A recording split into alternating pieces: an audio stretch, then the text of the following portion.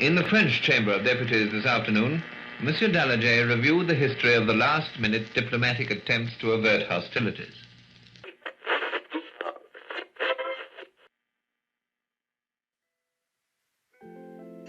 Pues vamos a comenzar. Esto es el tercer episodio de esta serie que hemos decidido titular Descubra, las alocadas preguntas y aventuras de dos amigos respecto a las Sagradas Escrituras. Y el tema de hoy es un tema que tiene mucha tela, o sea, tiene mucho de dónde aportar. Y quisiera comenzar con una poesía, de Enrique González Rojo, que dice lo siguiente: albañil con delirio de grandeza, constructor inalcanzable de la torre que no acaba, impulso que reúne su mezcla de alma y cuerpo en cada adobe, aeronave lentísima que escala por terribles centímetros hacia el cielo y en que hemos ido alzando sediciosos la primera escalera hacia lo eterno. De repente, un relámpago y sus quejas de timbal malherido nos aturde rugiéndonos que somos en pecado, que si el orgullo y la ambición discurren con el turbión de sangre en las venas, acabarán por ser tan solo un coágulo de glóbulos blasfemos, un olvido del dedo omnipresente del decálogo. La historia de Babel ha sido durante generaciones una historia complicada, una historia que casi siempre se antoja a mito, ¿no? Que la mayoría de escritores e historiadores la catalogan así, como una historia de mito. Sin embargo, tiene muchas cosas interesantes más allá del castigo divino que refleja este poema que comentar, ¿no? ¿Por dónde te gustaría iniciar a ti? Pues yo estaba, por ejemplo, acá viendo mi Biblia, tengo subrayado desde el capítulo 2. Mi Biblia dice que aconteció que, como se partieron de oriente, hallaron una vega en la tierra de Shinar y asentaron allí. En primer lugar, pensando por ahí, yo no sabía qué rayos era una vega. Pensaba de qué es una vega. Y pues es una llanura aluvial y según patriarcas y profetas era un lugar bastante hermoso y fértil. Y por eso era como, bueno, pues no queremos obedecer a Dios, pues no vamos para allá. A mí este pasaje me recuerda al menos tres cosas. Lo primero es que el valle de Sinar, por toda la descripción que después hace la Biblia, que Babilonia se sentó también finalmente allí, y que Babilonia estaba entre los ríos Tigris y Éufrates, quizá los ¿cómo se llama? Los primeros habitantes que bajaron de las montañas un poco hartos, ¿no? Del discurso de Noé, porque yo también quiero creer que Noé desarrolló un tipo de paranoia, ¿no? De no, muchachos, no bajen a la llanura, que se inunda, ¿no? O sea, yo vi lo que nadie más verá. O sea, vi el mundo inundarse y desaparecer tragado bajo el agua. O sea, no vayan, no bajen.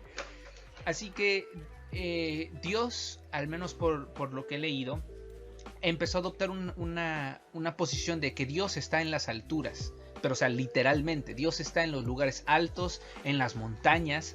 Dios no baja a los valles. Entonces, por eso es que en la Biblia se menciona mucho esto de los lugares altos, de que construían altares en los lugares altos, porque eso pensaba el mundo, que al ir a un lugar alto estabas más cerca del cielo, más cerca de la divinidad. Pero finalmente, ¿no? Estos hombres decidieron bajar de la montaña y eso, como yo sigo pensando que sí caminaron, pero larguísimo tiempo, porque desde donde está Babilonia hasta donde está la que hoy consideramos Ararat, ¿no? En Turquía, pues hay una distancia. Sí, es bastante largo. Yo estaba viendo por todo esto de la Mesopotamia y cómo se formó y shalala. Y vi como que el Ararat por allá y luego la tierra de Sinar como que re abajo y es como... no, tanto querían alejarse. Y realmente, de Noé. y creo que iban precisamente buscando el Edén. Yo imagino que partieron en eso como de, a ver, vamos a ver si de verdad, pues lo que nos contaba nuestro abuelo no era verdad, y vamos a bajar, vamos a ir a buscar el lugar exacto donde existía. Ya habíamos planteado que a pesar de que tras las grandes inundaciones algunas cuencas de ríos pueden sobrevivir, definitivamente pues el curso del río Éufrates y de los ríos descritos en Génesis pues debió haber cambiado. En algún momento algo del terreno debió ablandarse, salirse, el cauce debió desviarse, así que jamás sabremos si de verdad era esa llanura en específico. Sin embargo, pues bajaron ahí en un intento de decir, mira Dios, vamos a venir al lugar donde estaba el Edén y aquí vamos a edificar una ciudad, y no solo eso, vamos a alcanzar el lugar donde tú estás. Sí, una de las preguntas que yo tengo es como si desde ese momento Nimrod lo estaba liderando. Hasta donde sé, la mayoría de historiadores coinciden que precisamente fue este personaje, Nimrod, quien dirigió el grupo y quien construyó la mayor parte de Babel y de su torre. Aunque pues eso no lo podremos saber. No. ¿Has leído o has escuchado sobre Yasser o Yashar? No, a ver, platícame. Hay un libro que se llama así, el libro de Yasser o Yashar, o el libro del justo, que lo utilizan muchos judíos. Y el libro del justo, tienen... ya, así sí lo había escuchado. Bueno, que muchos lo tienen como de que tiene muchas cosas que, es decir, complementa mucho la Biblia. Obviamente yo no creo mucho en las cosas en las que dice, pero tiene una historia muy rara sobre las prendas estas que estábamos hablando el otro día, que Dios le hizo a Adán y Eva. Uh-huh. Entonces dice de que estas prendas, cuando ya Adán murió y listo, fueron dadas a Enoc. Y de Enoc fueron dadas, es decir, como Matusalén y así sucesivamente, hasta que fueron dadas a Noé, que Noé las tuvo esas prendas en el arca, y que luego fueron dadas a Cus, y de Cus a Nimrod. Y lo peor es que muchos judíos lo tienen como de que realmente eso pasó. Y de que las prendas estas, cada vez que Nimrod las utilizaba, que era como que si Dios le daba fuerza. Hablando también de que ellos piensan de que Nimrod era bueno, de que hacía altares para Dios, de que hacía sacrificios para Dios y todo esto, pero que en algún punto pues vio que tenía, sí, se corrompió y todo esto y listo, se perdió y a la final era más malvado que todo el mundo junto. Pero los judíos lo tienen muy presente de que esas prendas hacían de que Nimrod fuera lo que se conoce hoy, de que eso lo hizo poderoso, lo hizo grande, lo hizo también fuerte, y también creían que era un gigante. Sí, eso he escuchado. Bueno. Inclusive hay una línea de investigadores que equipara a Nimrod con Gilgamesh, el famoso dios, o bueno, héroe de la mitología sumeria, que hay un par de paralelismos donde Gilgamesh desea ser exaltado hasta los cielos, donde desea viajar a hacer un viaje para conocer a una persona inmortal, y se supone que Nimrod también hace este mismo viaje para conocer a alguien inmortal, ¿no? Uh-huh. O mejor dicho, para adquirir la inmortalidad. También se le compara mucho con Marduk. O, por ejemplo, uh-huh. Sí, que él es el origen de todo esto, y a mí no me parecería extraño, ¿no? Que en algún punto, o sea, porque en algún punto alguien tuvo que decir, miren, vamos a inventarnos otro dios, ¿no? Y que la mayoría de atributos, después de muerto, la mayoría de atributos de Nimrod pasan a Marduk indistintamente. No, pero obviamente como Marduk se lo pone en otro 20.000 plano. dioses que tienen otros nombres, de tú a saber cuáles, pero el origen es Nimrod.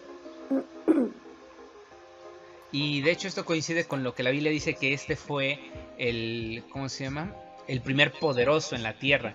Y supongo que se lo refiere, o sea, que la Biblia toma un momento para decir que este fue el primer poderoso, porque no solo es que haya edificado ciudades, no solo es que haya comandado probablemente uno de los primeros ejércitos, no solo es que haya dirigido el gran primer proyecto humano, sino que pues además pues tenía estas otras virtudes que lo equiparaban como el gran líder nato, el primer gran líder de la humanidad, el que distribuía ahora sí que los terrenos como un gran señor feudal o como un rey encima de los señores feudales. Sí, yo cuando... me garganta. Me muero. ¿No mueres todavía? Sí, me muero.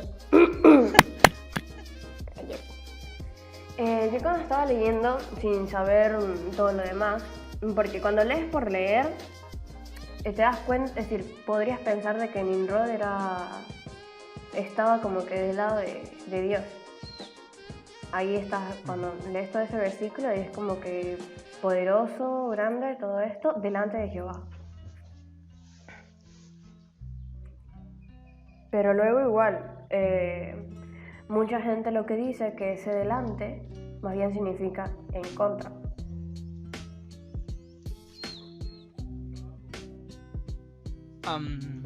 Y mira, sobre esto, incluso hay una historia que a mí me parece interesantísima, que, ¿cómo se llama? Que se supone que cuando que Nimrod vio en el cielo un manto negro y una corona, y que pidió que, o sea, que en una visión, ¿no? Vivió este manto negro y una corona de poder, y que mandó a su artesano a hacer una corona exactamente igual, y que por medio de esta corona pues decía que tenía poderes y la empleaba para decir que yo descendí del cielo, miren la corona que tengo. Y que precisamente en base a esto, una leyenda afirma que Sem, el hijo mayor de Noé, fue quien mató a Nimrod finalmente. Que Sem descuartiza el cadáver para que nunca más pueda ser enterrado como se debe, y sin embargo su esposa recoge todos los pedazos que Sem manda a esparcir. Ella invierte su dinero, su fortuna para reunir todos los pedazos, y una vez que los une todos, proclama, ¿no? que Nimrod ha vuelto a la vida y que se ha convertido en un dios. Y cuando uno lee esto, dice, momento, esta historia es demasiado parecida a la leyenda de Isis y Osiris, donde el dios Sol es despedazado por sus enemigos, pero una vez que pasa la noche, vuelve a juntarse y entonces vuelve a amanecer en el horizonte. Y entonces este mito se transmite vez tras vez en las diferentes épocas y culturas, así que, quién sabe, algo tendrá de verdad en esta parte, ¿no? Pero sí, definitivamente, pues Nimrod era un hombre que en algún punto de su vida, y es lo que a mí me llama la atención, quizá fue eso, el poder que lo corrompió, y en algún punto de su vida dijo, no, pues todo el poder que he ganado, pues es mío, así que vamos a hacer una declaración a Dios, construyendo el edificio más grande que jamás haya sido construido, y a ver qué pasa. Ahora, ¿cuánto crees de alto que llegó a ser?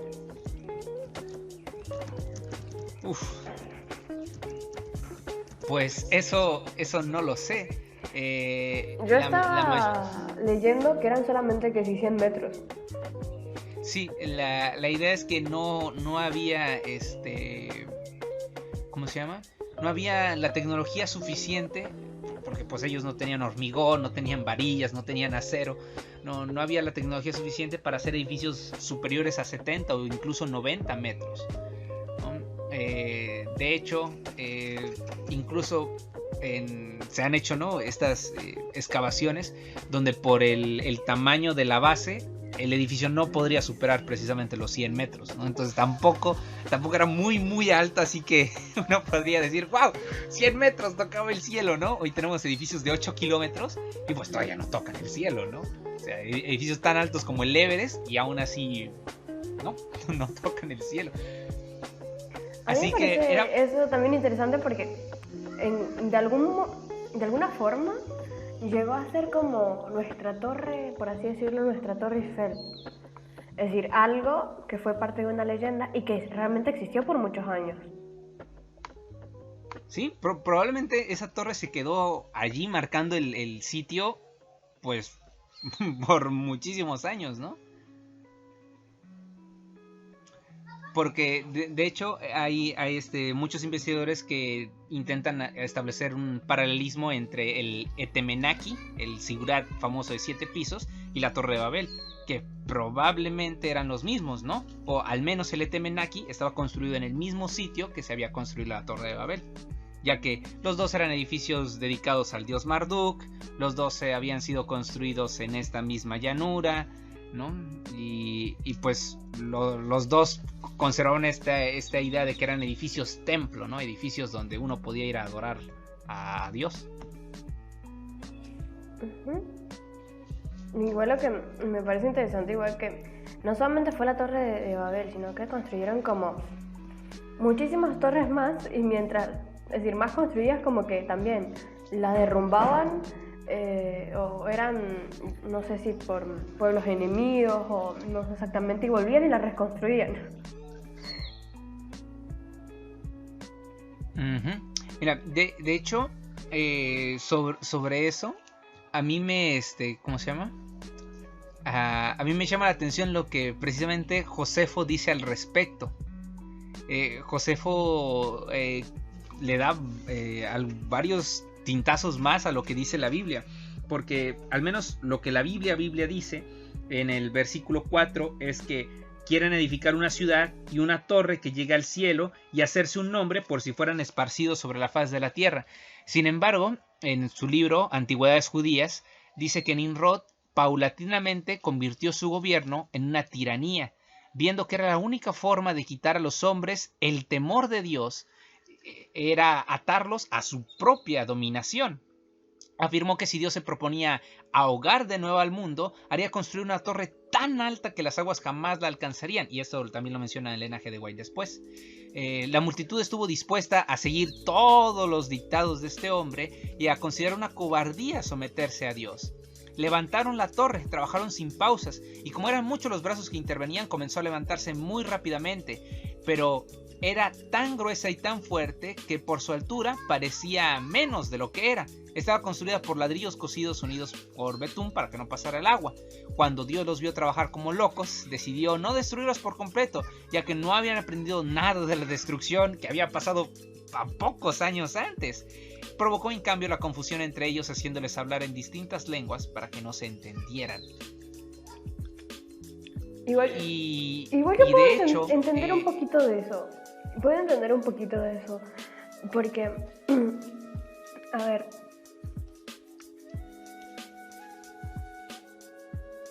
lo de, aunque ellos no hayan estado allí para lo del diluvio, era algo real, algo que había pasado, no era un mito, no era una leyenda.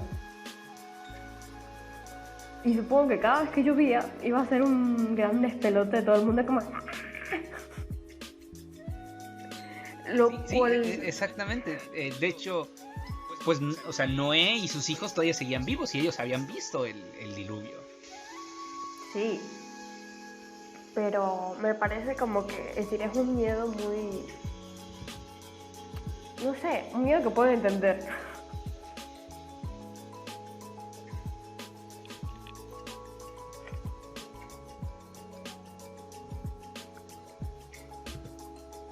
Así que, cuando los constructores llegan a este punto, le intentan dar un nombre a la ciudad. Y a mí hay algo que hasta ahora no había visto. Hay una religión llamada la religión del Bab, el Bahaísmo.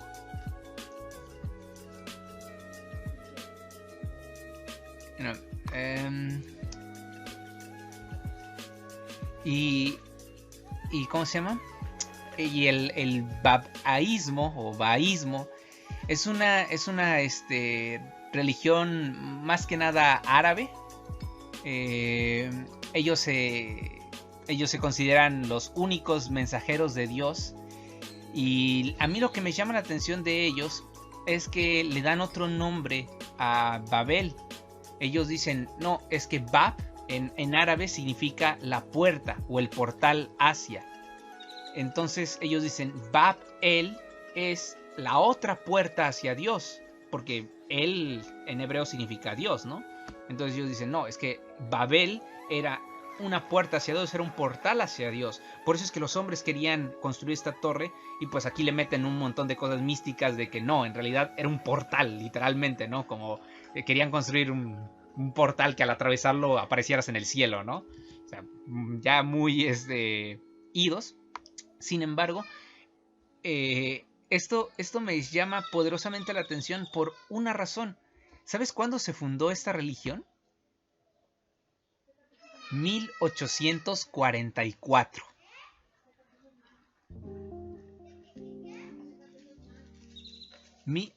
Sí, o sea, es como de... ¿Qué? Espera. No, otra cosa. Estoy seguro de que algo más importante ya está pasando en 1844 que yo recuerde. Sin embargo, ellos dicen que o sea, esto es lo más interesante, que ellos dicen que el portal se abrió, que se ha abierto la puerta para aquel a quien Dios será manifestado, aquel que fue prometido en las escrituras ha aparecido. Y pues ellos decían, ¿no? Que era un comerciante llamado Ali Mohammad, que él era el Bab, que él era la nueva puerta, el hombre que tenía acceso a Dios. Y precisamente, o sea, es interesantísimo que esto ocurriese justamente en 1844, cuando se supone otra puerta se había abierto en el cielo realmente. Entonces, no solo Babilonia vino a tomar este significado de la confusión, ¿no? de la gran confusión, sino que los musulmanes tienen esta otra perspectiva, que Bab-el significa portal hacia Dios. Sí, yo siempre había tenido como que la duda de cómo realmente se llamaba en ese momento la torre. Porque está bien, Dios la nombró... Probablemente le llamaban así. No sé, es decir, porque está bien, es decir, fue llamada Babel por la confusión y todo el rollo, pero si todos hablaban diferentes idiomas, todos le pusieron confusión y todos pensaron lo mismo. Es decir, me parece que es un nombre que se le fue dado muchísimo después, el término Babel, pero en el momento, ¿cómo se llamaba? Eso es algo que no podremos saber. Porque sí, tienes razón. En ese momento, pues, cada quien la llamó como pudo. La torre. La cambialenguas, yo qué sé. Pues... Lo que sí me da duda de esto es por qué no la volvieron a hacer en algún momento. No, porque no se registra de que volvieron a intentarlo. Me da mucha gracia que tus pajaritos suenen todo el día. ¿Verdad? Son pajaritos 24/7. Es un 7-Eleven. Sobre otra cosita interesante sobre el Nimrod. Cuando en secundaria leía mucho acerca de la masonería y todo eso. Incluso Nimrod aparece en la historia de la masonería como uno de los fundadores, ¿no? Que Nimrod fue acá el creador de la primera orden masónica. Como el primer poderoso sobre la tierra, sería el hombre que sabría dónde estaba. Y esto ya es cosas aquí, teorías conspiranoicas, teorías de la conspiración, donde Nimrod obtiene, como decías, la ropa original de Adán y Eva, la ropa tejida por Dios, uno de los frutos del Edén, o sea, un artefacto mítico capaz de controlar mentes y otorgarle poderes a su portador, y que al tener eso monta una orden para encubrir todo el sistema divino. que una vez que Nimrod llega al poder y se hace poderoso de toda la tierra, él empieza a elegir personas para ir por todo el mundo con la misión de crear nuevos dioses, crear falsos sistemas de adoración e imponer su ideología alrededor de todas las ciudades que se vayan construyendo en todo el mundo. Entonces, como esto lo hace antes de que se cambien las lenguas, cuando se cambian las lenguas, pues ya tiene prácticamente un infiltrado en cada pueblo. Y entonces, al ocurrir esto, tenemos un relato interesante en casi todas las culturas del mundo, que es algo que los antropólogos pues casi siempre quieren ignorar, pero pues es un hecho, ¿no? Sí, porque muchas historias se parecen. Exactamente, y al menos que tú me digas, no, pues, hubo un hombre que se aventó a contar la misma historia y les hizo creerse la misma historia a todos, pues qué padre, ¿no? Pero no, probablemente eso no pasó.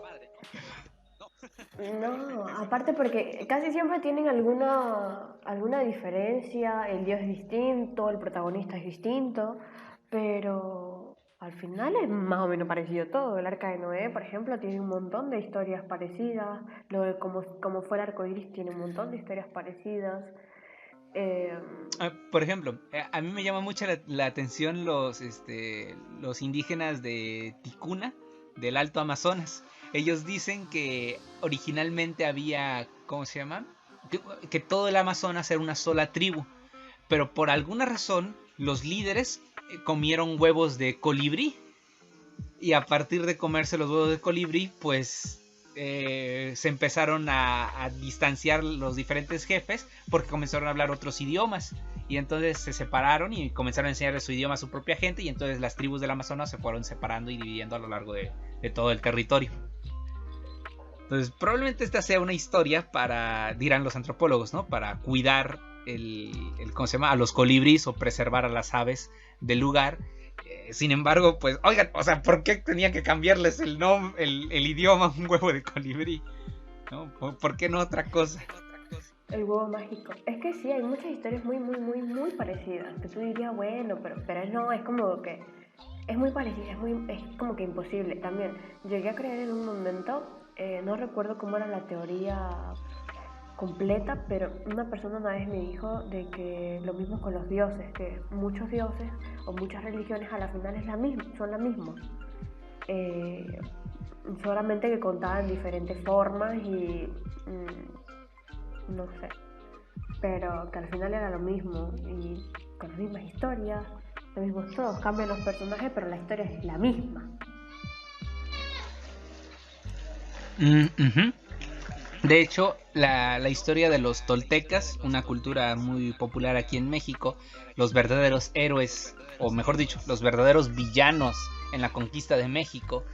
Esta historia de los toltecas, de hecho, recogida en un códice que todavía se puede leer ahí en el Museo de Antropología de México, dice que hubo un gran diluvio y después los hombres que sobrevivieron se multiplicaron y eligieron y levantaron, un gran zacuali, que se traduce como torre, para protegerse en caso de que lloviera otra vez. Sin embargo, al estar allí, sus lenguas se confundieron y todo el trabajo de edificar la ciudad se detuvo. Como de... ¡Wow! Muy parecido, ¿no creen? ¿Coincidencia? No se copiaron, gente. Algo está pasando. Algo me dice que hicieron mal su tarea. No, sí, hay montones, y por montones obviamente, es decir, Nimrod aparece muchas como el origen de algunas cosas, y más que todo de los dioses, porque también estaba pensando eso de cómo inició esto de los dioses. ¿A quién se le ocurrió? Como, vamos a adorar al sol, porque sí, es decir... Para mí eran gente muy inteligente como que comenzaran a adorar al sol. Y de hecho, al menos dentro de esto se explica un poquito en el hecho de abierta rebeldía. Porque no hay... ¿cómo se llaman? No hay como una explicación una explicación fehaciente, una explicación total de por qué el hombre cree en la divinidad. ¿Por qué el hombre siente esa necesidad de creer o pensar que hay algo divino? Y pues a pesar de todo eso, pues creemos, ¿no?, en los dioses. Y precisamente se tiene esta enorme teoría de que pese a que Nimrod pues conocía y sabía acerca de el diluvio, había sido criado muy probablemente en las piernas de Noé, aprendiendo las historias de la creación y todo esto, pues decide hacerse completamente contrario y elegir un sistema de oración completamente contrario a todo lo que había aprendido.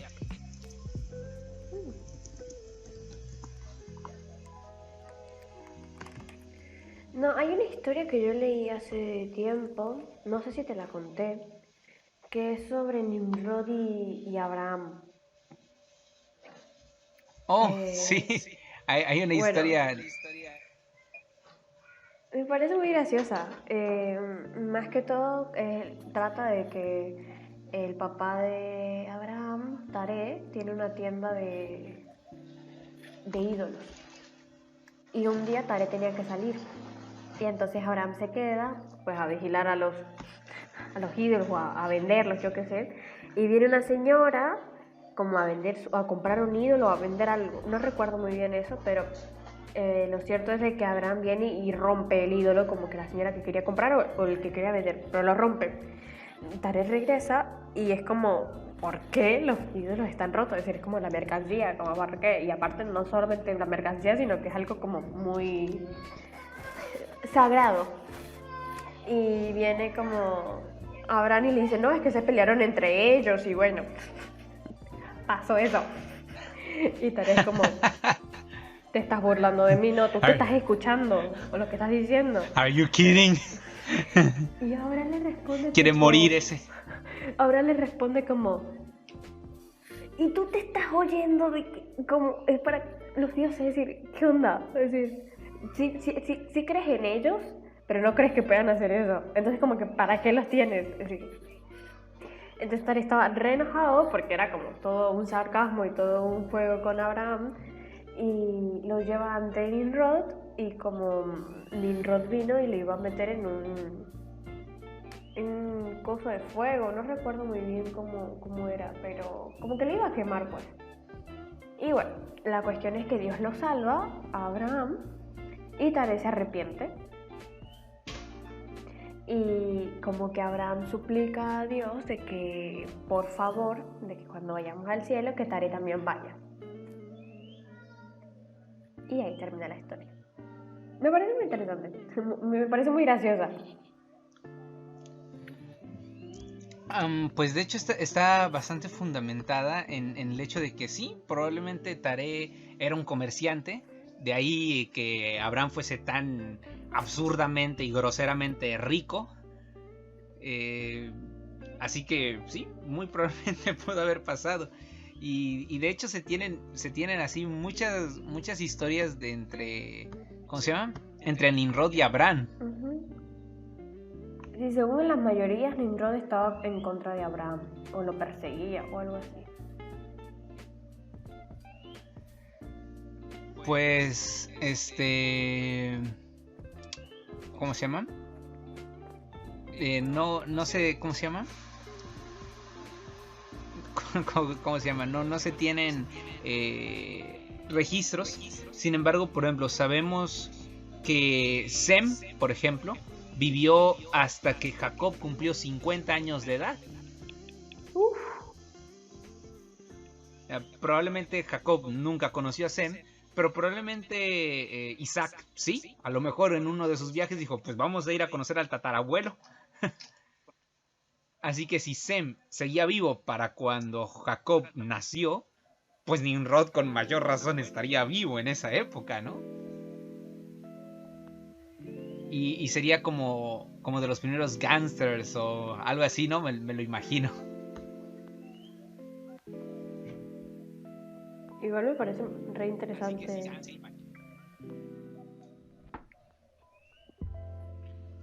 ¿Aló?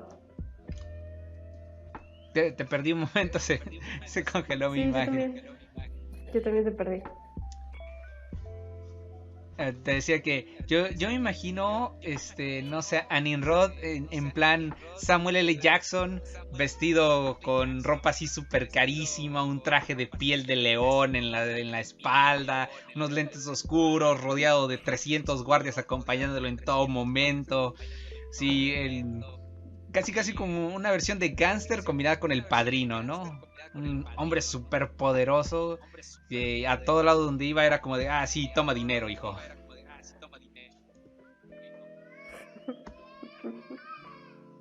Mm,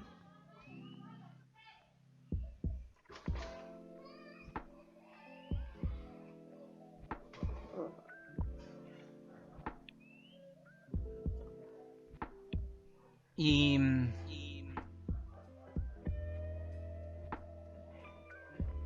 ¿Cómo se llaman? Y de hecho, sobre la... ¿Cómo se llama? Ay, ya Ah, mira. regresamos. ¿Ah? Estaba hace un par de días, precisamente ahorita ya me acordé, leyendo acerca de Nimrod y el conflicto que había entre Nimrod y Abraham. Y, y me parece recordar que precisamente cuando, como tú decías, que cuando lo avientan a esta hoguera, es como... yo no sé si es por hacer reiterativa o repetitiva la historia, o si es porque en efecto no hay absolutamente ninguna historia nueva debajo del sol. O sea, que lo que hemos vivido ya lo ha vivido alguien más, que como dijo Salomón, literalmente no hay algo nuevo. Que para iniciar, Nimrod levantó la hoguera más alta que hubiese existido, ¿no? Al estilo Nabucodonosor. Y que cuando tira a Abraham al fuego, Abraham sale caminando de las llamas. O sea, igual que la historia de Nabucodonosor. Que incluso los astrólogos de Nimrod le dicen a Nimrod que va a llegar un niño, que las estrellas anuncian el nacimiento de un niño, y que lo manda y que manda a matar a todos los niños varones, ¿no? Pero que la mamá de Abraham lo logra esconder y pues Abraham crece y desafía, ¿no? Así igualita la historia a la de Moisés. Entonces, yo no sé hasta qué punto pues sea que están copiando las historias, o sea, literalmente es como de... esta trama me gusta, ¿no? Y vamos a hacer el remake y el remake y el remake y la vamos a relanzar una y otra vez, no importa tú, es una historia buenísima, siempre vende esta historia, ¿no? No, sí, estaba leyendo, como... por ejemplo, la Midrash, que es donde salen como que todas estas historias sobre entre Nimrod y Abraham, que también eso, de los astrónomos, de que según iba a venir un niño que le iba a generar problemas a Nimrod, pero en lo que dice la Midrash es que el padre fue quien lo salvó y que lo metió en un calabozo. Y que Abraham pasó toda su infancia y juventud dentro de este calabozo, que ya siendo adulto es que sale y que como que ve el mundo y está maravillado por la belleza del mundo, y es como que tiene esta visión y de como que quién creó todo esto, y ahí es como que va buscando como que un poco a Dios. Uh-huh.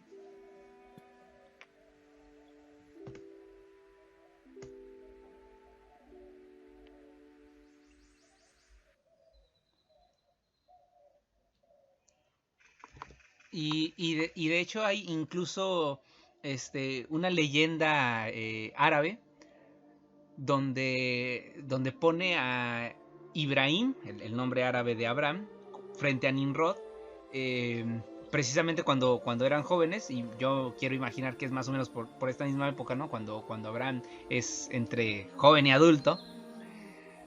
Cuando Abraham pues ve que Nimrod ha llegado a tal grado de poder que Nimrod se cree a sí mismo Dios, y pues Abraham, en uno de estos discursos que seguramente daba Nimrod, ¿no? Abraham levanta la mano y dice: no, tú no eres ningún tipo de Dios, tú eres un ser humano tan mortal como nosotros.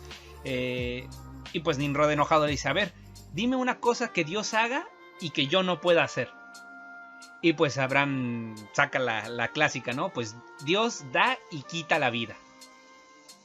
Y entonces Nimrod manda a llamar a sus guardias, a 2 prisioneros que tenían ahí, y así saca un cuchillo y mata a uno. Dice, ya ves, yo también puedo quitar la vida.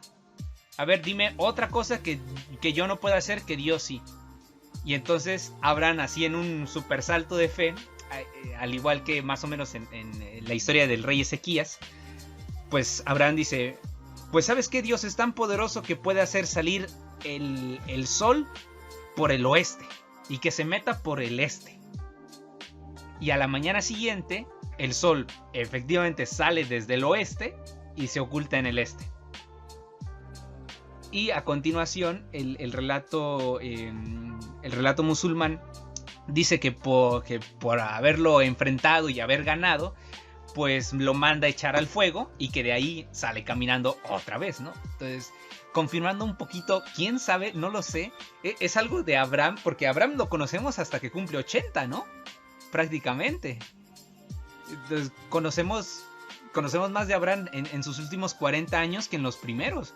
Entonces, quién sabe cuántas cosas. Y de hecho, quizá esto podría contribuir a lo que veremos en el siguiente capítulo, el capítulo 12, de por qué Dios es que escoge a Abraham, ¿no? ¿Por qué de tanta gente que había en el mundo, por qué decide fijarse en una ciudad caldea, en una ciudad pagana? Porque a veces eso olvidan mucho los judíos más ortodoxos, ¿no? Como de, hey, sí, del seno de Abraham y lo que tú quieras, pero Abraham era caldeo, Abraham era pagano, Abraham probablemente, y como tú dices, su papá probablemente vendía ídolos y estaba metido en un negocio así súper turbio. Y, o sea, Abraham venía de ese contexto. Abraham no era ningún, así que tú digas, un pueblo de raza tábula creada por Dios específicamente para servirle, ¿no? O sea, Dios cogió a Abraham en su contexto y le dijo, mira, tú has sido fiel en lo que has vivido y venga a ti. No, sí, y antes de pasar a Abraham, como que los últimos versículos que está del capítulo 11, que a mí me deja siempre con la duda de si Dios en algún momento llamó a Taré. Porque en los últimos capítulos dice, o en el versículo 31, dice, y tomó Taré a Abraham su hijo. Es decir, como que fue decisión de Taré de irse a Canaán. Y no dice las razones. Y salió con ellos de Ur de los Caldeos para ir a la tierra de Canaán. Y vinieron hasta Harán y asentaron allí. Pero al principio, es decir, eso es como que nunca me queda claro. No me ha quedado claro.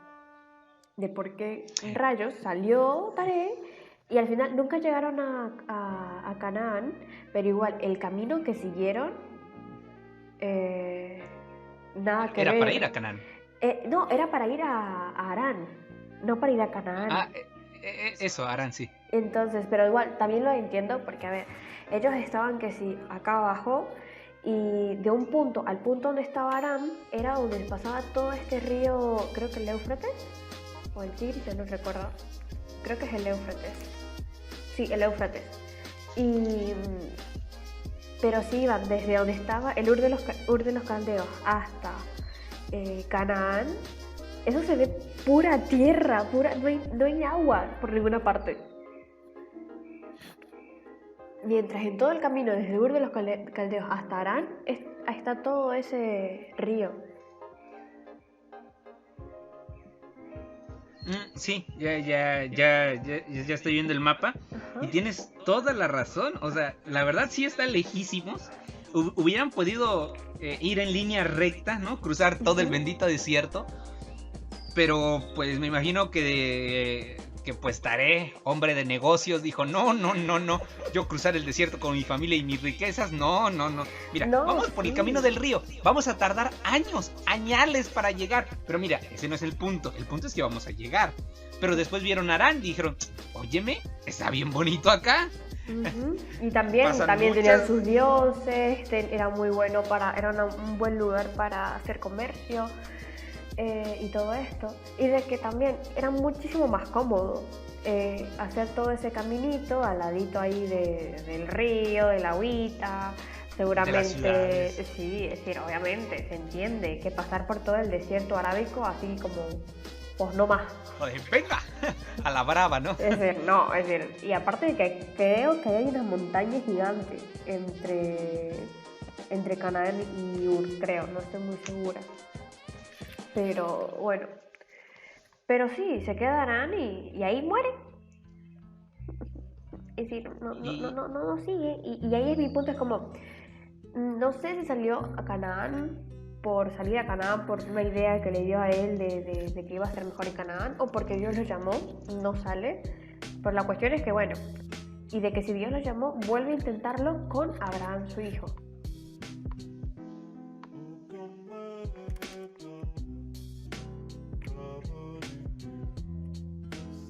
Igual sí me imagino a un Tarek como por no sé cuántos años diciendo como, sí, el año que viene vamos a Canaán. No, el que viene. Sí, el que viene. Y así sucesivamente y nunca. Y al final como de, ay, hijo, ya estoy muy viejo para ir, ¿no? Mejor quedémonos, o sea, ya nos quedamos, mira, ya compré una casa. Aquí está bien cómodo, mijo.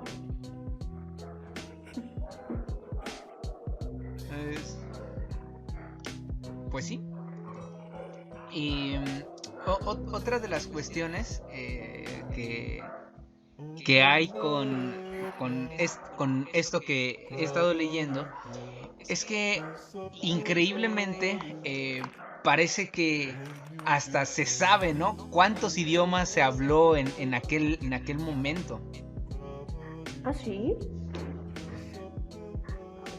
A ver si me acuerdo cómo era.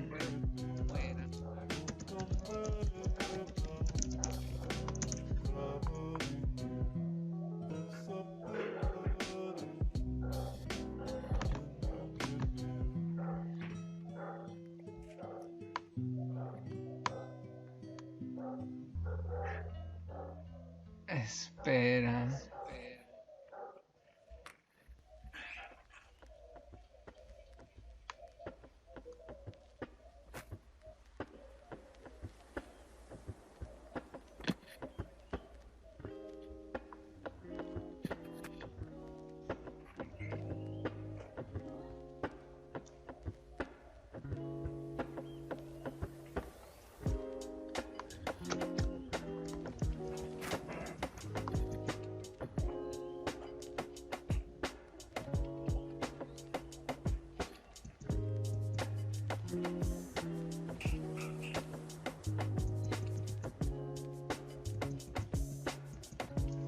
No, ya perdí dónde lo había visto.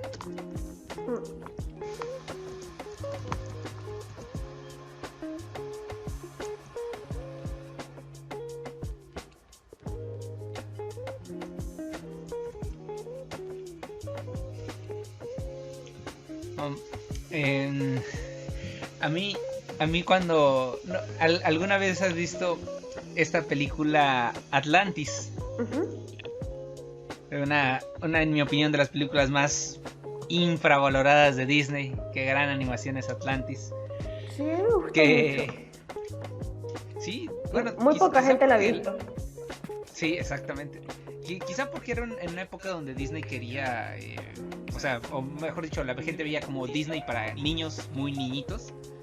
Y pues películas como la búsqueda del tesoro, o la leyenda del tesoro, quiero decir, o Atlantis eran más como para adolescentes. Y pues no, quizá no gustaban tanto, ¿no? Pero el punto es que a mí me parece muy, muy peculiar esto de que cuando llegan a Atlantis, los atlanteanos pues pueden literalmente hablar cualquier idioma a la perfección, ¿no? Uh-huh. Porque se supone que ellos hablan el idioma original. Ahí que Milo Touch dice, no, pues es una combinación entre tal y tal idioma, ¿no? Pero, ¿tú crees que alguna raza haya Sí. conservado el idioma original de los hombres? Mira, sí, sería muy genial. Obviamente hasta este punto estaría perdido. No, sí, o sea, definitivamente ya nadie El hablaría español. el idioma, ¿no? Como no, el idioma original es el español. Y tal como ¿Pero lo cuál? conocemos, ¿El o de sea, Colombia? ¿El de México? no, el mexicano, claro. Sí, el de mexicano, ¿no? Nada tiene que ver con los españoles hayan conquistado este lugar. Nada tiene que ver. Mi novia dice que el de Argentina. Che, ¿cómo va a ser la Argentina? No, pero vos, ¿qué me estás contando? No. Pero vos, ¿qué estás diciendo? No. Me encanta tu invitación. Mi mala imitación.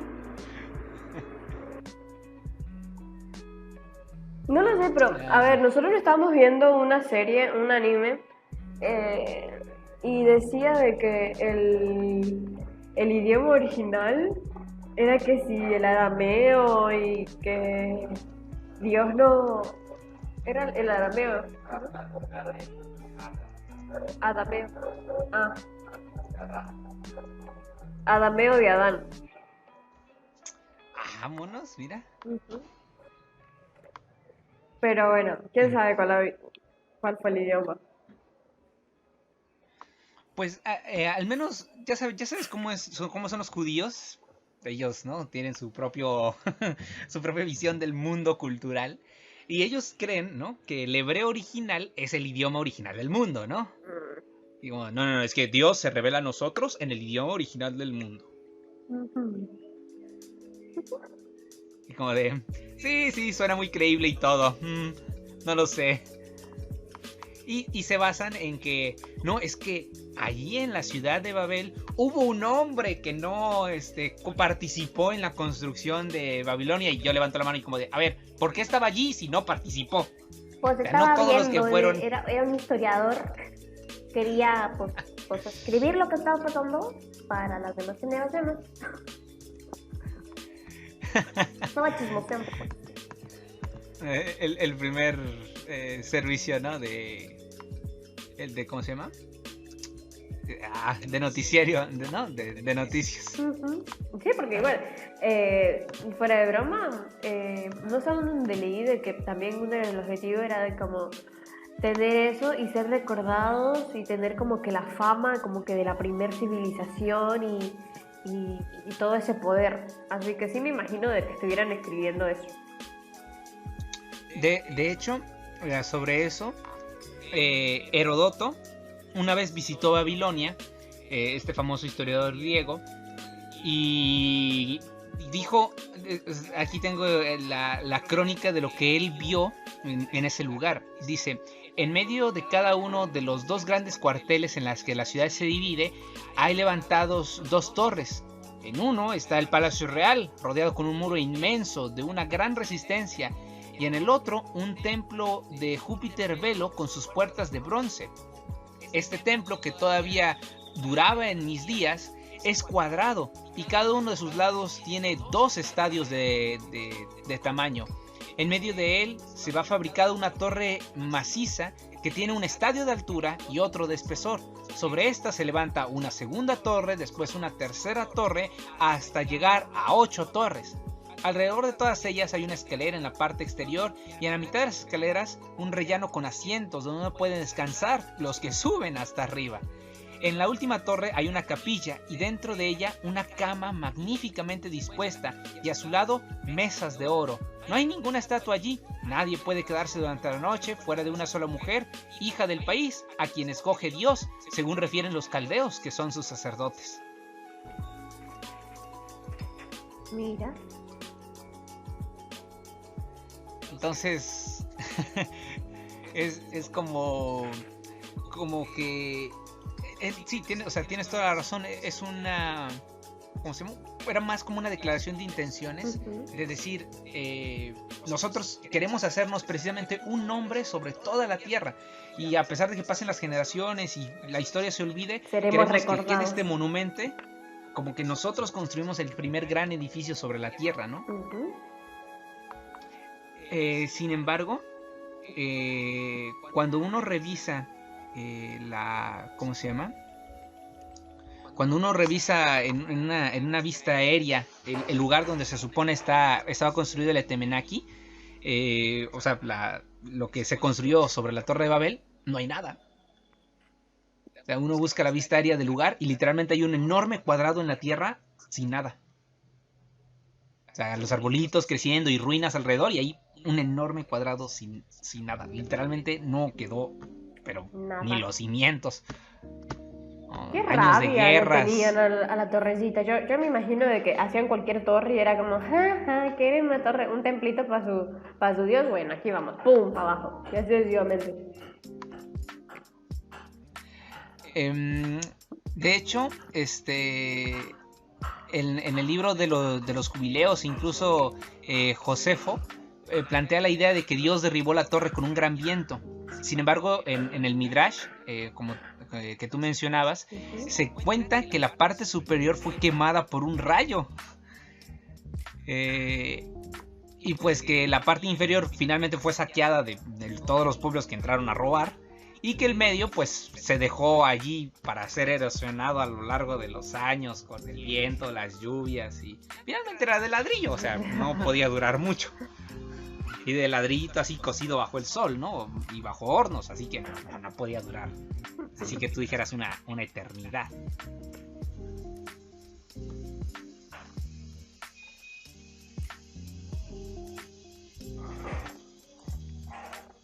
Pero sí, sigo pensando que igual que era como como lo que nosotros tenemos ahora como el Coliseo.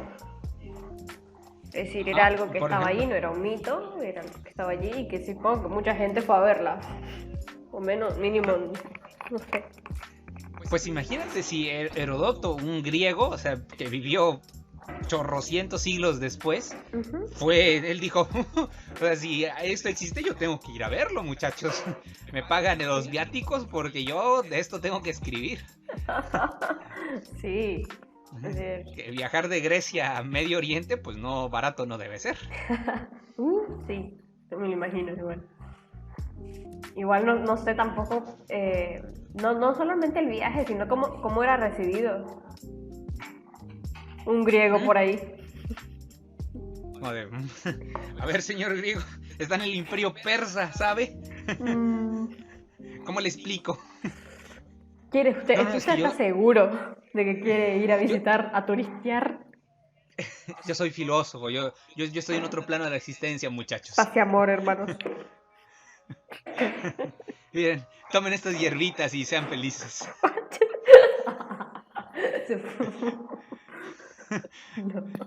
Si ustedes las envuelven en un papelito que aquí también les puedo regalar, miren, ala, le prende usted fueguito y se colocan, se muchachos. eleva más que la Torre de Babel. Pero va a ir más arriba de lo que yo voy a ir a visitar. ¿Cómo ven, muchachos? ¿Se animan o qué? La primera muestra es gratis, ya la segunda podemos hablar de unos cuantos dracmas, ¿no? Hace muchos años había Parlamento Europeo. Hace muchos años había leído algo sobre esto que me pareció de lo más interesante. Voy a compartir mi pantallita contigo. Ay. Oh, aquí está. Esa es una imagen del Parlamento Europeo. Y pues lo primero que salta a la vista es como de wow. ¿Por qué eligieron esa imagen? O sea, de todo lo que pudieron elegir para hacer su parlamento, tenían que coger la Torre de Babel, ¿no? No, sí, aparte no es solamente la imagen, sino también creo que era el lema. Ah, sí. A ver si lo encuentro.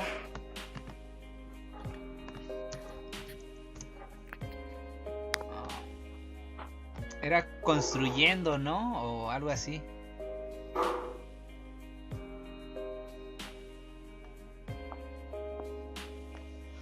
Ah, sí, también tienen su himno, es la Oda a la Alegría, la Novena Sinfonía. Ah, esto. A ver, vamos a hacerlo más grande. unidos en la diversidad. Que precisamente, a pesar de que pues ellos ponen, ¿no? El mundo, la última vez que el mundo estuvo unido. Ahí está.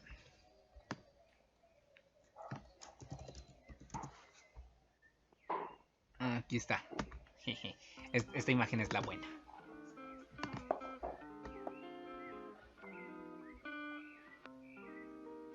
Mira. Mira, esta imagen fue... ¿Cómo fue criticadísima esta imagen? Hasta a mí me da a entender que esto no puede ser real. O sea, que esto no es real.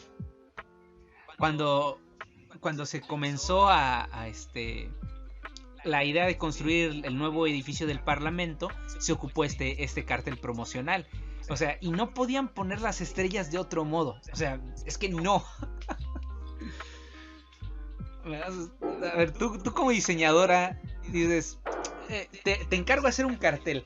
Hazlo lo más atrayente posible, ¿no? Y vienes y me colocas estas estrellas satánicas, ¿no? Se ven muy raras estas estrellas. Igual. Es que sí, o sea, tú eres así como de, ¿what? ¿No están al revés? ¿No están de cabeza? Uh-huh. Sí, es como... Es decir, se ve lo que intentaron hacer, pero se ve muy raro. Sí, o sea... Señores, no, las estrellas no son así.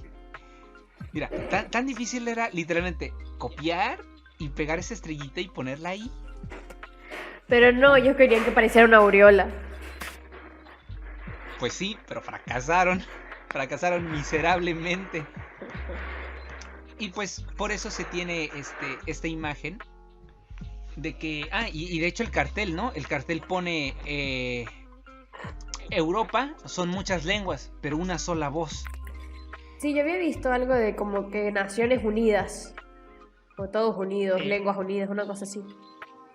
Precisamente. La última vez que el mundo estuvo unido bajo una sola bandera era en la Torre de Babel. Por eso es que Nimrod llegó a ser un hombre tan poderoso. Porque finalmente...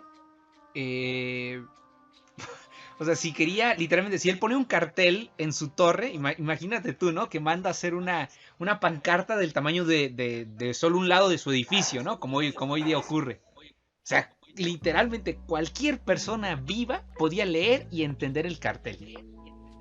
Cualquiera. Hoy, tú vas a cualquier ciudad del mundo, pones, y pues, ¿no? Ese es el trabajo de los diseñadores. Crear carteles con imágenes que cualquiera pueda entender, porque si no... porque si acá ponemos un texto, pues a lo mejor sí entiendo alguna parte del mensaje, pero si el cartel es puro texto, pues no me entero. Sin embargo, hoy día puedes coger tu celular, apuntar hacia ese cartel y traducirlo en tiempo real. Hoy día la humanidad está tan globalizada que precisamente por eso, o al menos bajo ese argumento, el Parlamento Europeo decidió construir su propia Torre de Babel, diciendo, ya lo hemos superado. La torre que ellos dejaron a medio construir, nosotros no solo la vamos a levantar, la vamos a terminar. El mundo está unido por última vez allí. Hoy queremos derribar todas las barreras que nos dividen y entonces ser otra vez un mismo pueblo con una sola lengua y con un solo pensamiento. A mí me da miedo eso. Bueno, no miedo, sino me extraña, porque ¿qué impediría entonces que un líder anticristo se levante y una a toda la humanidad como Nimrod?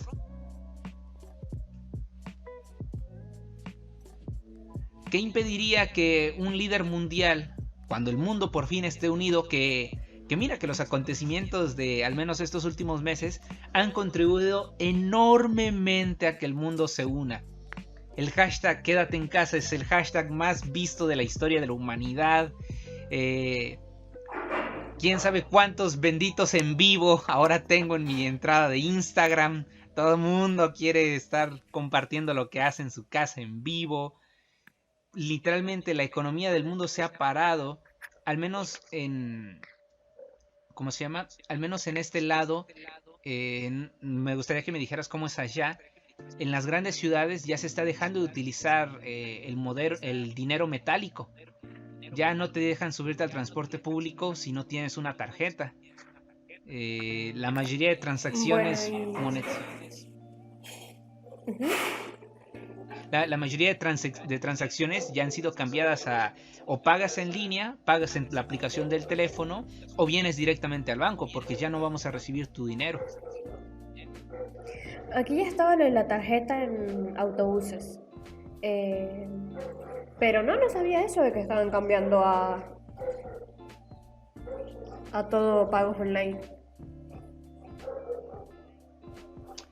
Y eso a mí me llena de esperanza y a la vez de esa inquietud por el hecho de que el último momento en que la Biblia dice que todo el mundo va a estar unido nuevamente es en Apocalipsis 13, cuando se levanta la imagen de la bestia y entonces se le prohíbe a toda la población no comprar ni vender a menos que tengan la imagen o el sello de la bestia.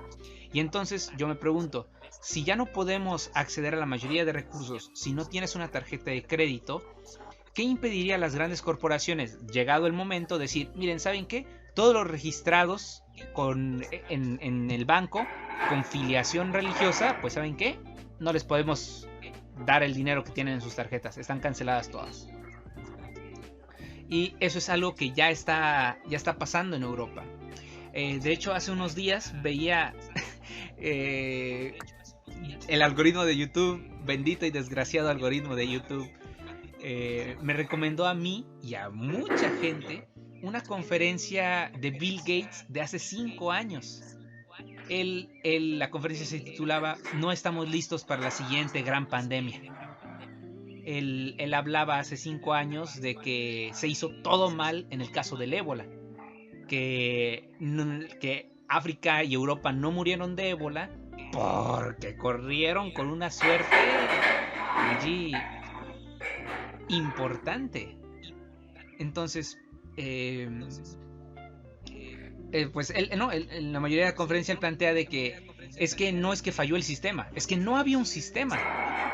No había manera de decirles, oigan, vamos a organizar médicos, vamos a ir, vamos a hacer viajes, no había esa manera. Y solo fue porque el ébola era tan mortal, o sea, mataba a sus víctimas antes de que las víctimas pudiesen ir a las grandes ciudades, que la epidemia se detuvo. Y al final de la conferencia él dice algo bien interesante. Dice, imagínense qué pasaría si de repente mañana se desata un virus en Asia que sea respiratorio, que no cause síntomas los primeros 10 o 15 días y que se pueda esparcir rápidamente a través de gotitas. Es como de, señor, esto lo dijo usted hace 5 años, no parece. Señor Bill Gates, ¿usted sabe algo que nosotros no, señor Bill Gates? ¿Le han contado algo que a nosotros no? Y de hecho, en este video también Bill Gates acusa a la OMS de no estar preparada. De que la OMS no fue a África, no viajaron a África delegados de la OMS para averiguar qué estaba pasando. Y de hecho el escándalo se desató hace un par de semanas también en Estados Unidos porque el presidente Donald Trump acusó también a la OMS de no ir a China a averiguar qué demonios estaba pasando. Entonces, para cuando la OMS declaró pandemia, hacía 15 días que el Sistema Nacional de Salud estadounidense alertó al gobierno de que, oigan, esto se va a salir de las manos, hagan algo. Y 15 días más tarde la OMS ya lo declaró pandemia, muy tarde. O sea, fueron 15 días claves en los cuales, pues, en 15 días, ¿cuánta gente no viaja en aeropuerto? O sea, en un día, ¿cuánta gente no llega al aeropuerto, no sé, de Atlanta? ¿No? No, sí, contando todos los aeropuertos grandes de Estados Unidos, es un montón. Entonces, o sea, fueron 15 días muy, muy tarde. Así que por todos estos motivos, en una entrevista posterior, ya realizada este año, al señor Bill Gates le preguntan qué haría él para mejorar ¿cómo se llama? La lucha contra el coronavirus. Y él dice algo que, al menos en los comentarios, o sea, la charla dura 1 hora. Y todos los comentarios ponen, ve el minuto 39, ve el minuto 39, ve el minuto 39. Yo, ¿qué pasó en el minuto 39? Y le hacen esta pregunta de, ¿qué haría usted para luchar contra esta pandemia? Y él dice que no va a luchar contra esta pandemia, que ya da por perdida esta pandemia. Y dice, hay que pensar en el después. Para después necesitaríamos algo como un ID digital de protección sanitaria. Algo que puedas tener debajo de la piel o que puedas tener una tarjeta, un chip de identificación personal que puedas pasar rápidamente por los controles. Que literalmente puedas extender la muñeca, te examinen y entonces, o sea, con un solo clic vean que eres tú y que no estás enfermo de algo. Y así para viajar a todos lados. Que para los periodistas, la gente que viaja a menudo y pues en general las personas que se la viven en aeropuertos, él dice, tendríamos que hacer obligatoria esta tecnología de que ellos tengan un ID un ID digital de protección inmunitaria. Hay una película así, de hecho, de que le inyectan algo a cada persona y que a la final también eso que le inyectan es parte como también de tu red social. Todo el mundo puede saber dónde estabas, dónde estuviste, qué haces, qué hiciste, si estás enfermo, si tu mamá está enfermo, si tu abuelo está enfermo, qué hace. Es decir, no me acuerdo porque no me la terminé de ver porque me pareció un poco aburrida, pero es que sí. Pero sí, trataba más o menos de eso. Y qué miedo igual. No sé si... En la práctica suena bien, ¿no? Sí, pero qué miedo. Es decir, no sé si te acuerdas de una amiga en común, no diré el nombre, pero que quería ser ingeniera y quería poner cosas, no recuerdo, chips en los cuellos de las personas y que tenía que hacer desde que fueran bebés. Ah, sí, ya recordé ese oscuro momento. Y yo le decía, sí sabes de que eso estaría en contra de los adventistas, ¿no? Y dice, no, nada que ver, es algo por control y que se necesita en el mundo. Y yo como, mira. No, definitivamente es algo que se necesita en el mundo, por eso te decía que en el papel suena muy bien, pero en la práctica como que... miren, yo no quiero arruinarles, yo no quiero hacerles spoiler, pero hay gente mala en el mundo. Hay gente que se puede aprovechar de eso, gobiernos que mueren por tener controlada la población, muchachos, no. Y no olvidemos a los hackers. O sea, hay un hacker en Seúl, en Bielorrusia, ahí esperando a que alguien cree este sistema para hackearlo, muchachos. O sea, no. No. Si alguien inventó un sistema operativo, ya está hackeado. O sea, en el momento en que tú lo haces público, ya, alguien lo hackeó. Sí, yo no confiaría mucho en eso. Y ve tú a saber quién te está viendo, quién te está monitoreando. Y eso, de hecho. Ay, no. Pero bueno, pues, nos fuimos un poco de las ramas. Qué raro, mira tú qué raro. Sí. Inesperado. Uh-huh.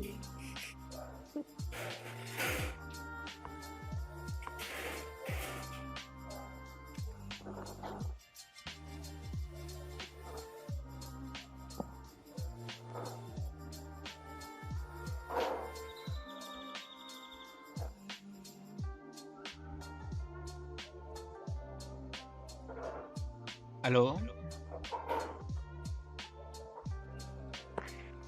Perdón. Okay. Perdí la conexión un momento. Muy bien. Pues para concluir, para que esto dure aproximadamente 1 hora, Porque ya sé que quieren escucharnos toda su vida, pero no. No se puede, gente. Así que finalmente, bueno, siempre se hacen quiero decir, siempre se hacen predicaciones acerca de esto, de que Jehová desciende para ver la ciudad y la torre que edifican los hombres, y dice Jehová, el pueblo es uno y todos los que tienen ahí tienen un solo lenguaje y nada los hará desistir de eso. Ahora pues, descendamos y confundamos allí su lengua. También este pasaje siempre se ha utilizado, ¿no? Para la deidad y todo eso de descendamos. Aunque yo siempre lo he visto como de invita a los ángeles a descender. No solo a Dios y al Espíritu Santo, sino que es como el cielo va literalmente a descender para ver qué está pasando. Y esto también me habla mucho acerca de lo que ya se ve en el futuro hacer a Jesús. Jesús, cuando algo está a punto de ocurrir que va a cambiar la historia de la humanidad, él mismo desciende para ver qué rayos está pasando. Este punto iba a cambiar la historia de la humanidad para siempre, así que decide él bajar antes, ver, analiza la situación y después sube al cielo y dice, oigan, ¿saben qué? Sí, es necesario que bajemos, o sea, todos, no solo yo, todos vamos a bajar.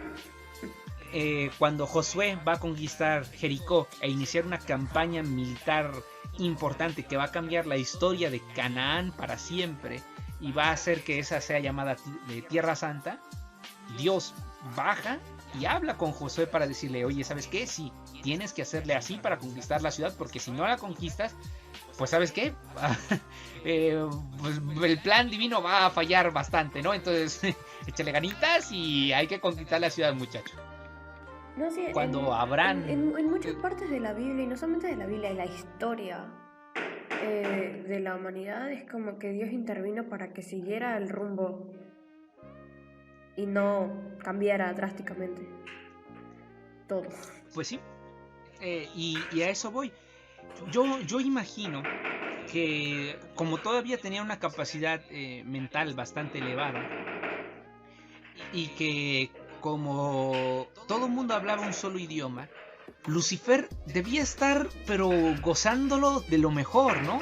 Era como de, sí, o sea, destruyeron todo lo que había conseguido con los antediluvianos, pero seguimos siendo un solo pueblo. Entonces sigo teniendo el poder sobre todos, y si le consigo meter a Nimrod la idea importante, o sea, implantarle la idea de que vamos a ir en contra de Dios, esto se va a lograr. Y entonces viene Dios y ¡pum!, frustra su plan, y desde entonces Lucifer ha intentado volver a unir al mundo, ¿no? Y pues siempre se habla, precisamente, esto más se habla en el contexto de Daniel, de que vez tras vez, precisamente en Europa, se ha intentado unir una y otra y otra y otra vez. De emperadores como los emperadores romanos, Carlomagno, el mismo Hitler, ¿no?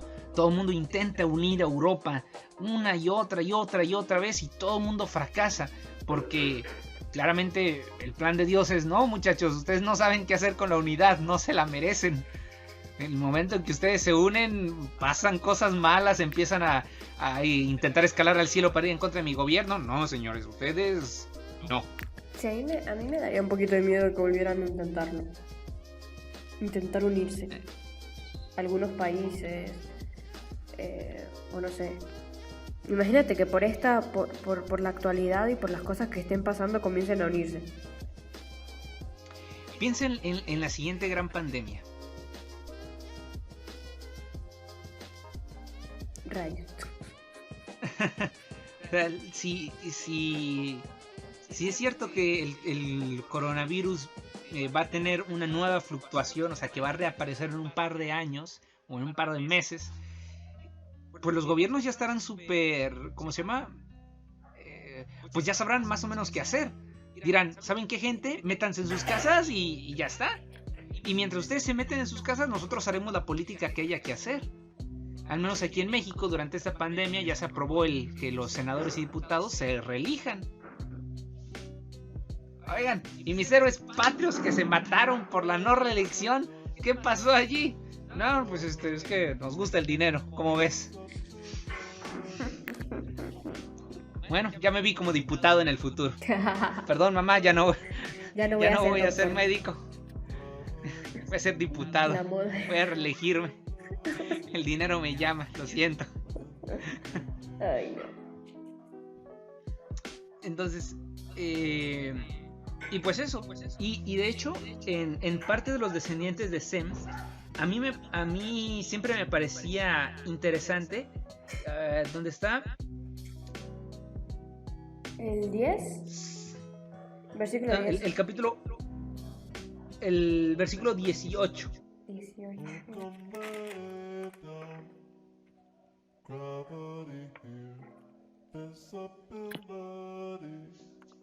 Sí.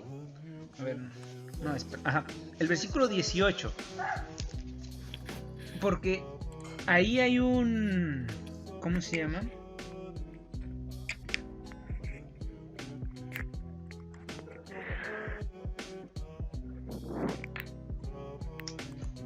¿Dónde está?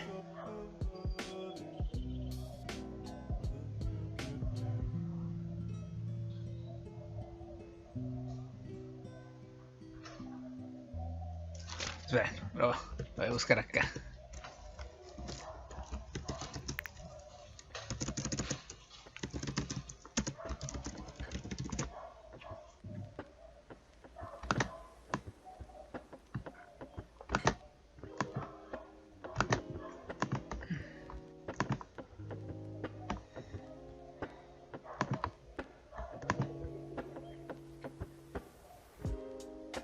Ah, perdón.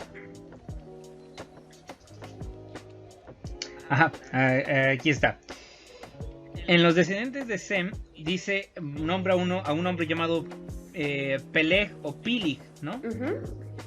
Pero en el capítulo 10, en el versículo 25, es donde dice, es prácticamente donde dice lo mismo, ¿no? Pero el versículo 10 señala algo interesante. Dice que a Eber le nacieron 2 hijos. El primero se llamó Pilig o Peleg, porque en sus días fue repartida la tierra. ¿No? Así que probablemente ¿cómo se llama?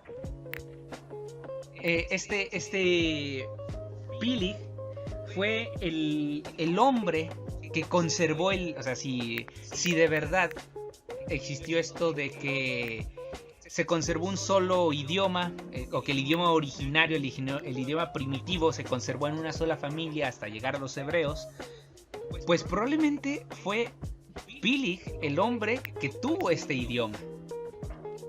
Porque pues él era descendiente de Sem, de los que se supone adoraban a Dios. Y si la tierra fue repartida o dividida en sus días, quiere decir que probablemente,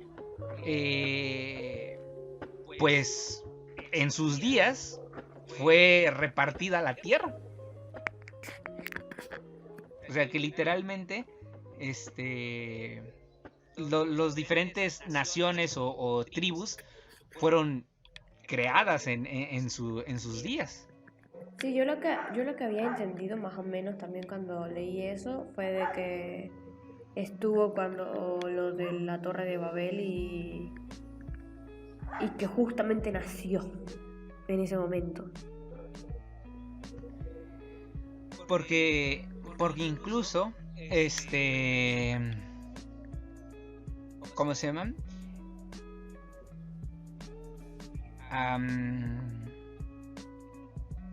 ¿Cómo decirlo?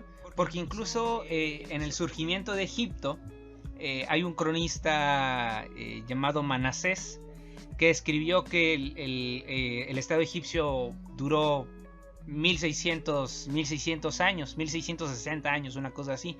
Entonces, si contamos, ¿no? Desde atrás, desde el momento en el que Cambiases, el rey de Persia, conquistó Egipto, pues entonces, si contamos esos 1660 años hacia atrás, pues llegamos, curiosamente, 60 años después de que naciera Peleg.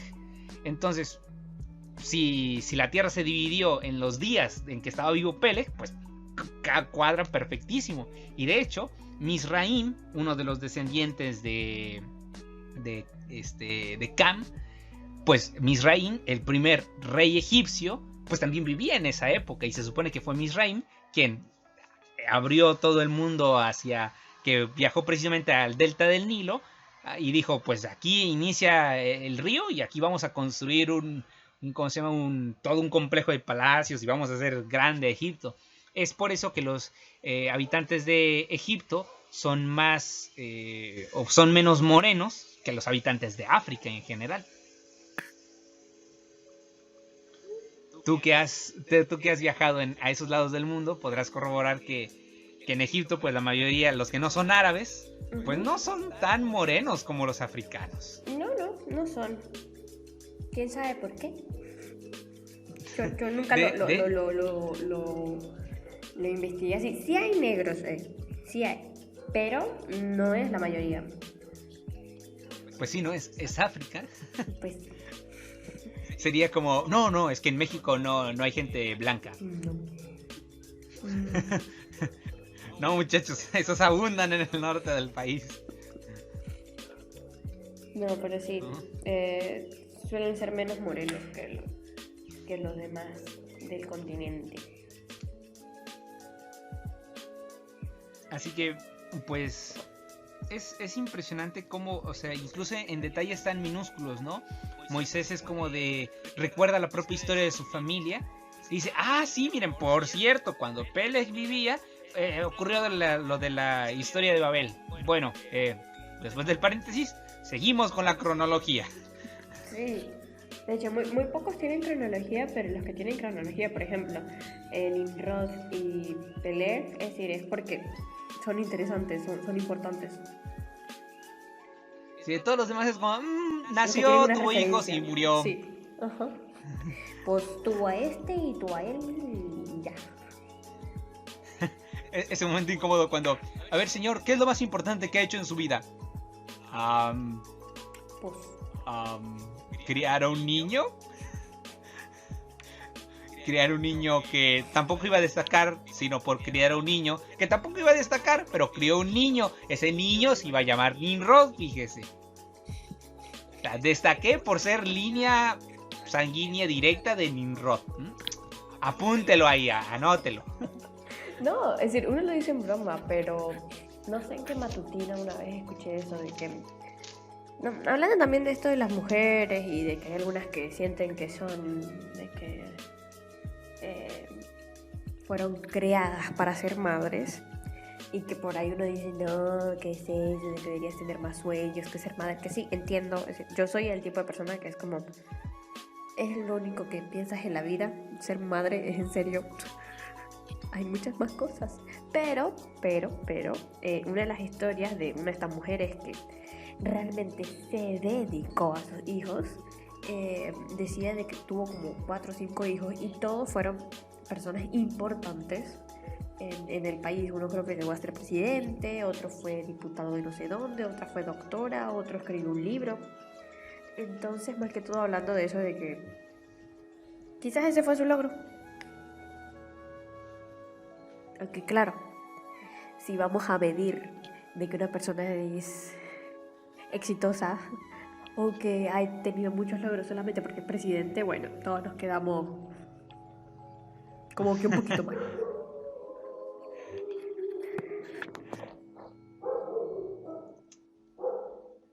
Muy bien, pues a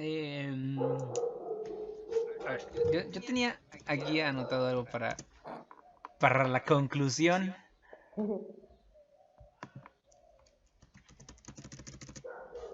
Ajá.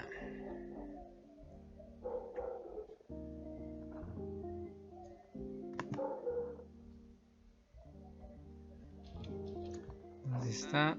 Aquí está.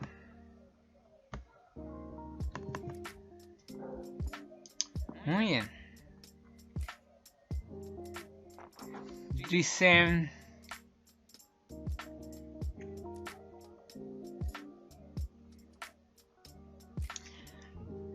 La razón real, quizá la razón real detrás de que Dios decidiera utilizar este edificio de la Torre de Babel para hacer lo que hizo, fuera que más que un acto de rebelión, que lo era como, o sea, el hecho de mantener el edificio o de dejar que se construyera hasta el final, era más como un monumento al egoísmo y sobre todo a la autosuficiencia de aquellos hombres. De que ellos lo podían hacer porque ellos se lo habían propuesto, no porque Dios les hubiese dado la fuerza, la inteligencia, los materiales. No, porque ellos se lo habrían propuesto. Entonces, para terminar podríamos, y para que nos des el resumen de lo que hemos visto el día de hoy, que a lo mejor hoy día, aparte del Parlamento Europeo, seguimos construyendo torres de Babel en miniatura en nosotros. Porque hablando precisamente de esto de los logros, pensamos, y pues lo digo porque a mí me ha pasado, que lo que hemos logrado, pues lo hemos logrado porque pues tenemos la habilidad, hemos desarrollado el conocimiento, tenemos las fuerzas, la inteligencia para hacerlo, las habilidades que son innatas o propias de nosotros mismos, lo cual es una mentira.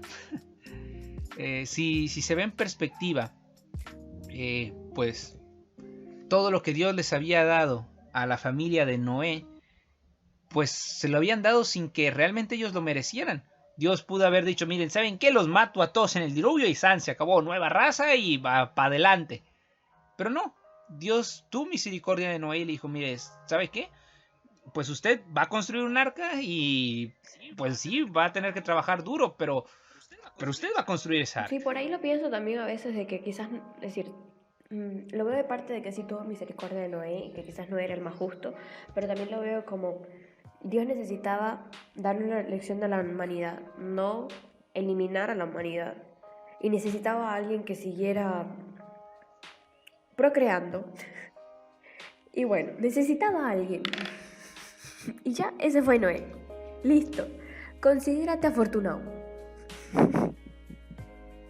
Y sobre eso hoy, cuando nosotros pensamos que no, es que yo puedo servir a Dios porque soy esto y aquello, es mentira.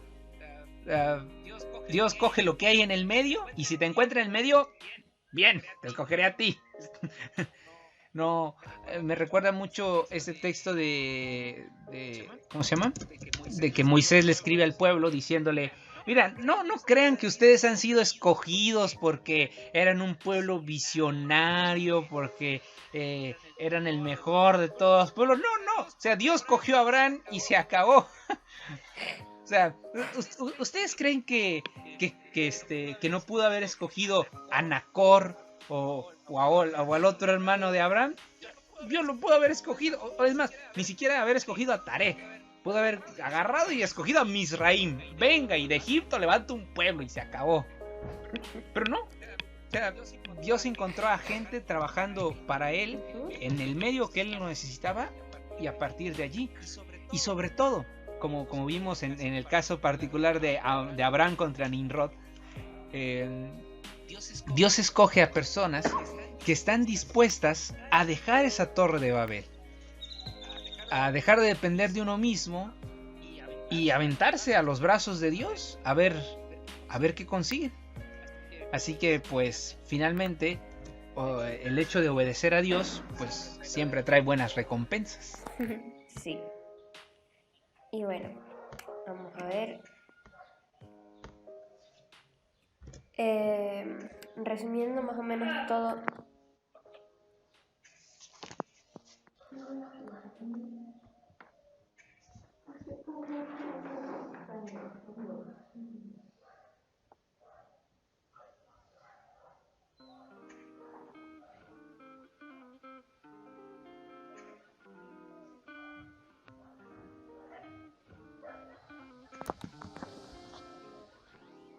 Hola.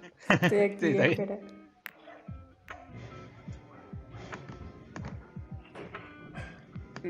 Ya.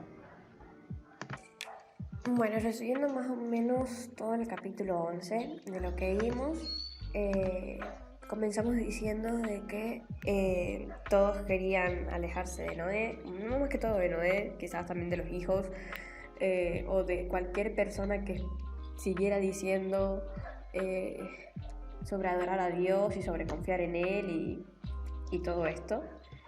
Y creemos de que Nimrod lideró todo un grupo para irse a esta tierra de Sinar, que no lo mencionamos, pero la tierra de Sinar era lo que ahora se conoce también como los sumerios, y bueno, de ahí está un montón de historia.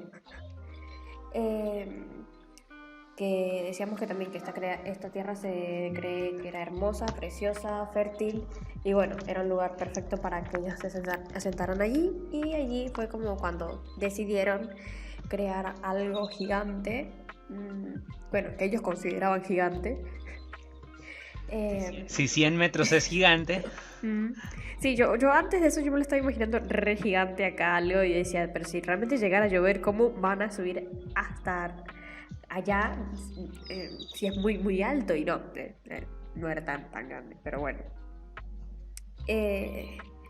Y que a la final construyeron esto más que todo por decir, bueno, nosotros somos la primera civilización, vamos a ser recordados, vamos a ser famosos por esto, y por construir un edificio que llegara hasta el cielo, más que todo confrontando a Dios, confrontando lo que él había dicho, y no confiando en esto de que él no iba a volver a mandar una lluvia para matar a todo el mundo.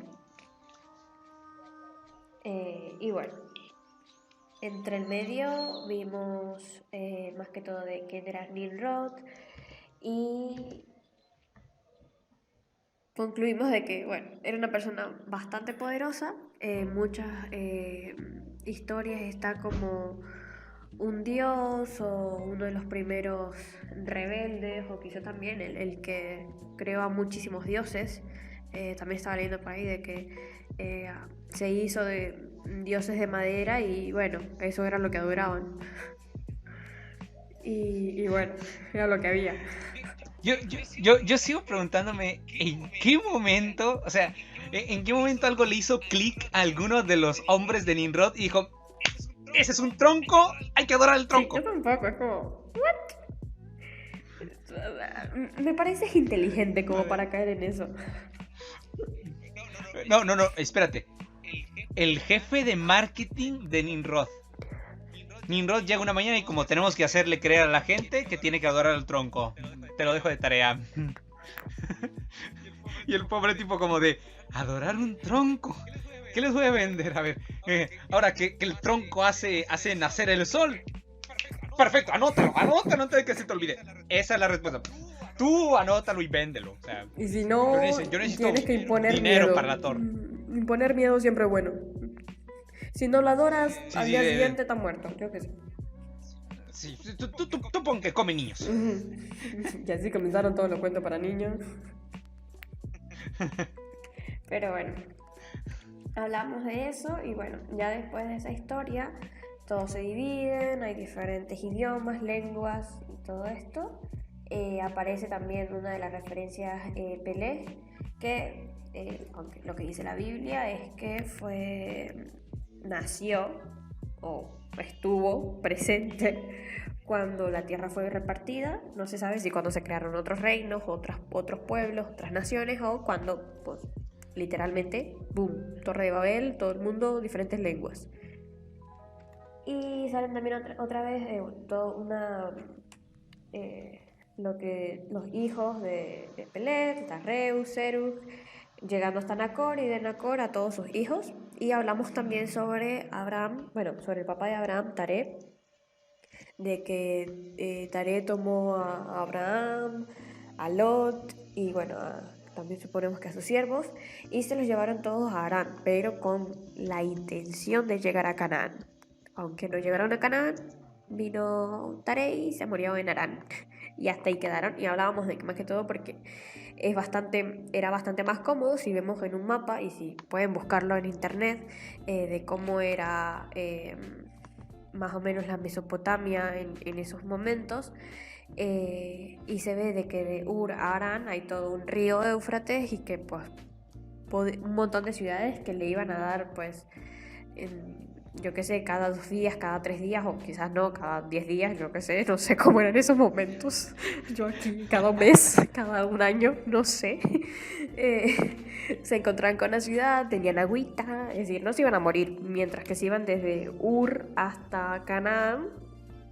Es todo un desierto.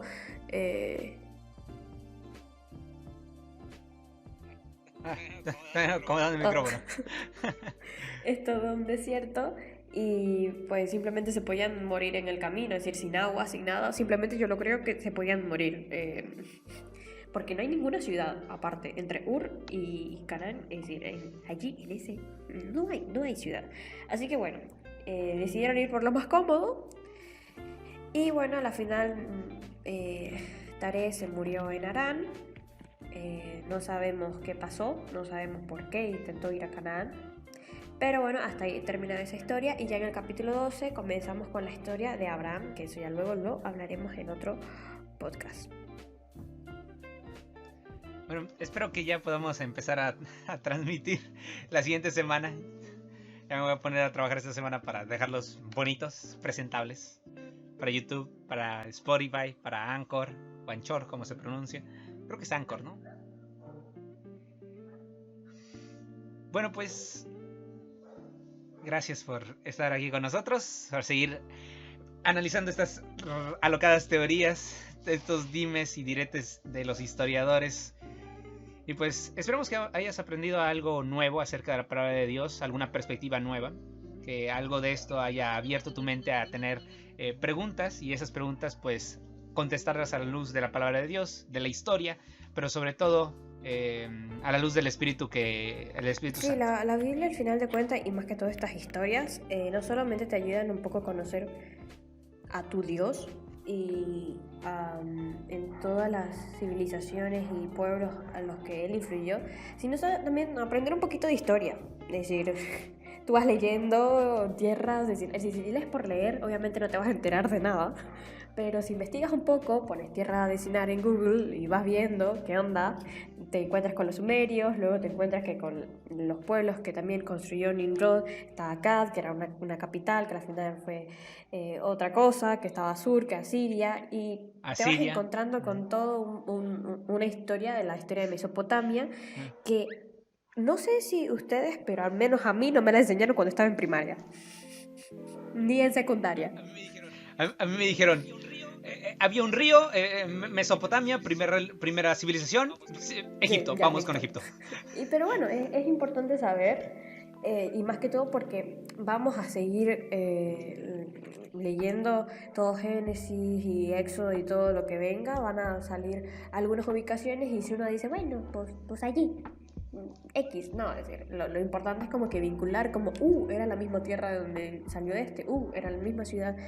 Que igual, muchas de las tierras en las que construyó Nimrod, hay algunas que todavía siguen vivas, por así decirlo, y que es muy impresionante de que si en algún momento pues, pasa de que estás allí, saber en dónde estás parado, así de sencillo. Pues sí, y decir, mira, esta ciudad tiene no sé cuántos, es decir, saber un poco dónde estás, y no leer por leer. Así que te puede ayudar en lo espiritual, a saber un poco más de Dios. Y muchas veces esto de leer y de decir como, bueno, no solamente leer, sino como, bueno, sí, tengo una relación con Dios y todo esto, oro y todo esto, pero ¿cómo puedes saber más de Dios si solamente oras?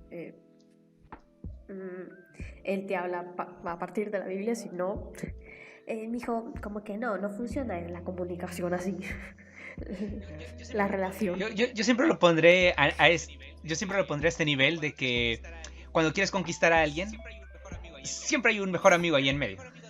Y el mejor amigo de la Biblia es la historia, es la arqueología. No, y te ayuda también a no confiar más, porque el que la historia me diga una cosa que ya estaba en la Biblia no me hace confiar más, solamente me hace sorprenderme más de que las cosas son ciertas.